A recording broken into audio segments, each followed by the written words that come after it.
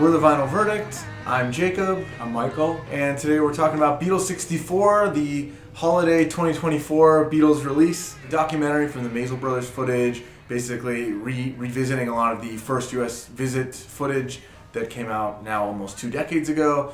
A lot of people are talking about this, but we just wanted to share our own impressions because obviously we love Beatles material and seeing anything new is a treat. So there's a lot of little things to cover here and analyze. I will say we just finished the movie, so my first impression, I think, which is kind of interesting, this is telling a pivotal story. Obviously it's trying to show America at that time and use the Beatles as kind of a vehicle to just visit culture and the shifting paradigm shift that was happening in music and culture.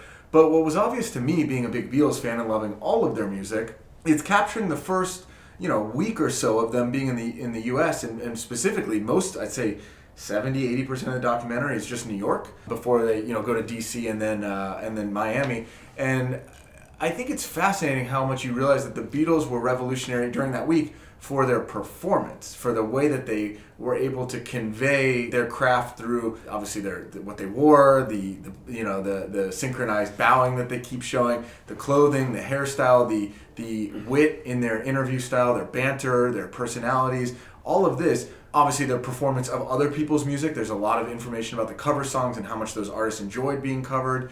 There's not a whole lot about the Lennon-McCartney songwriting, which is, when you think about the Beatles in terms of their careers, that's really what stands out. I don't think they touch on it with She Loves You and I Want to Hold Your Hand, but they're not really, at this point, it's so early that you're realizing America's first exposure to the Beatles was just how good they were as performers and not about how great they were as songwriters yet. That's going to develop, and those seeds are being planted during that first week. So I thought that was interesting. Well, it absolutely is, and it does capture through the performance the power of the newness the world, and in this case the United States, was hearing. And it was much more. It captures more than the music in that first tsunami that hit.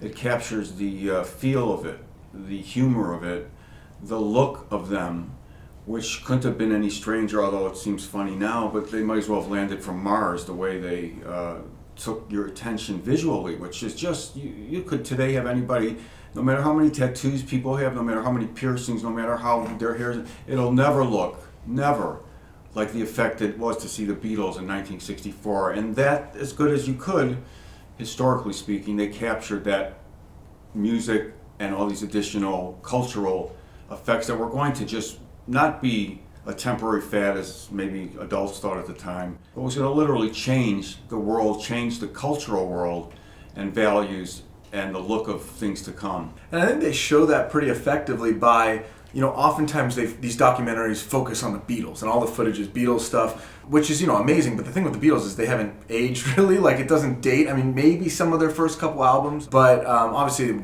in performing it and everything, it looks very modern. When you then go and talk to people on the street, or celebrities at the time, or just kind of showing footage of New York City, you realize how alien they were to that environment. And I think that's a good contrast. And obviously the Maisel brothers were really good documentarians by getting into people's homes during the Ed Sullivan Show and thinking about filming that angle rather than just being a fly on the wall of the Ed Sullivan Theater. Very true. And I just want to add one thing, the strange paradox in the aging. The country as it looked then and the way the people look then, of course, has dramatically changed and aged. The Beatles themselves look timeless to me. They, from the Pierre Cardin suits to the look to the power of the music, when they show them playing it live and it remastered it, whatever they've done, it's just the same song. But boy, the bass playing, the harmonies, the power of Ringo's drumming, George's harmony contributions, his guitar, everything is in there. John Lennon's rhythm, everything, and it's a massive effect. And that comes through pretty loudly and clearly, I think, in this, the power of it. Yeah, I agree, but the focus is not on the musicianship. They're not talking about how, John had great rhythm. It was just a little bit different, and I think it makes it more accessible. It's a Disney documentary after all, so this can bring in the casual fan and get a little bit into why was this so important, right? Without just hammering Beatles stuff constantly into them and telling the exact steps the Beatles went through. It's kind of zooming out and showing you the trajectory that they were on, which is great. I wish there was more to connect it because, we've seen some of this footage before. Obviously, there's a lot of content for that first week, and then it kind of drops off, right?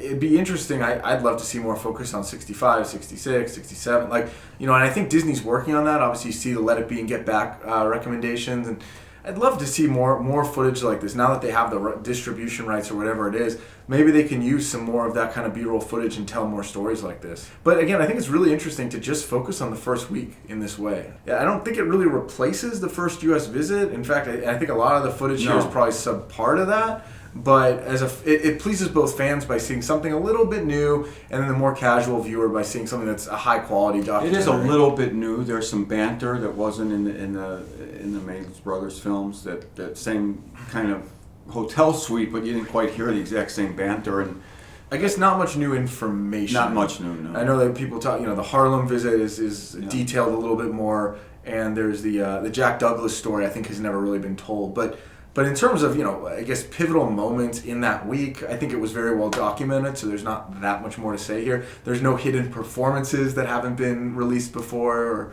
or anything like that, but it just gives you a slightly different angle on that same footage, and in that way it makes it come alive because, we watched the first U.S. visit so many times you almost memorize some of those sequences. And so here, seeing them in a different order, seeing new footage kind of chopped in between them, I think reminds you that, these were actual people. This was not filmed as a documentary. It was just, you're getting a couple sequences on film from a very historic week. And it doesn't overemphasize some of the stuff that the first U.S. visit was obsessed with the Ed Sullivan appearances. I think it had like the full appearances on there and all the details in the Washington Coliseum. And this is, again, not so focused on the music. You see a song, maybe an incomplete song, but it bridges the story of how quickly they're moving. And that retrospectively, I actually like the fact that they used Paul, Ringo, George, and John, all kind of interviews looking back on it. Other documentaries often use like Paul and Ringo looking back, and they use like John interviews from 1965, which is not really giving you an that was accurate well perspective. balanced. And the other talking heads, I really liked seeing the contemporary acts. There's not that many left from 1964, but seeing Smokey Robinson and Ronnie Spector and stuff, that was interesting.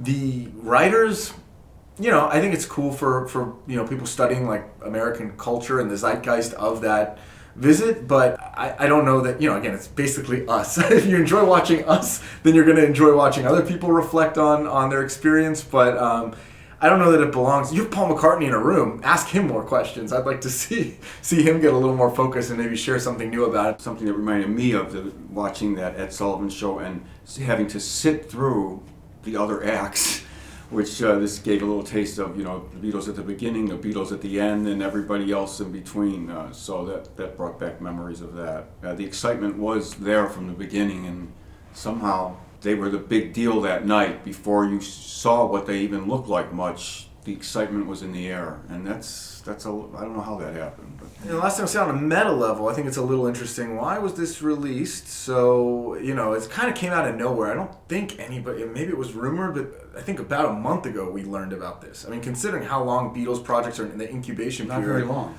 It's kind of weird. It's like, next month you're getting a Martin Scorsese-produced Beatles documentary about 1964. Okay, why?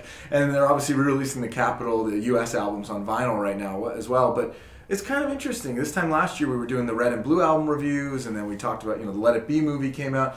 They're jumping around a lot from the beginning to the end. I think everyone's kind of waiting, where's that Rubber Soul remix? Yeah. And some of the other maybe footage. There's footage from India, from the White Album. But for whatever reason, they chose to go back to 64 for the legacy there. Paul's obviously got his Eyes of the Storm book out. So I don't know. There's some I guess motivation to focus on this early Beatles period. We'll see what's next. This one came out of nowhere.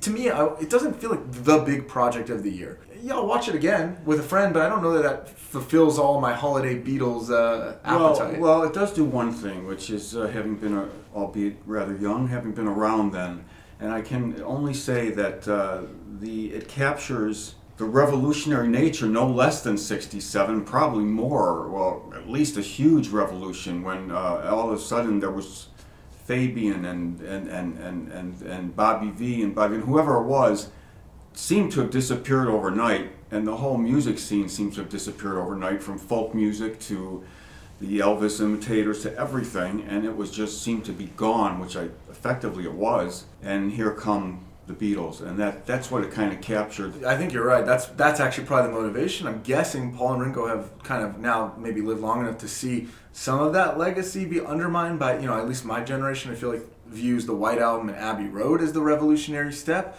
and the 64 stuff is just, that's where they started. Right. And so I think, yeah, they're putting that under a microscope and then using the contrast of the environment that they were in to show you how revolutionary that was. But it's very hard to show it. I think that's why these talking heads exist. You hear it enough on an anecdotal level that maybe it will convince you, or at least it's documented somewhere. But it is very hard to look back on that footage and kind of see the difference. Maybe the only feedback there is, yeah, a little more emphasis on the acts in 62, 63 to show you that what else was on the charts when those songs came out. Mm-hmm. So that's Beatles 64. Hopefully there's more to come, but it was fun to watch.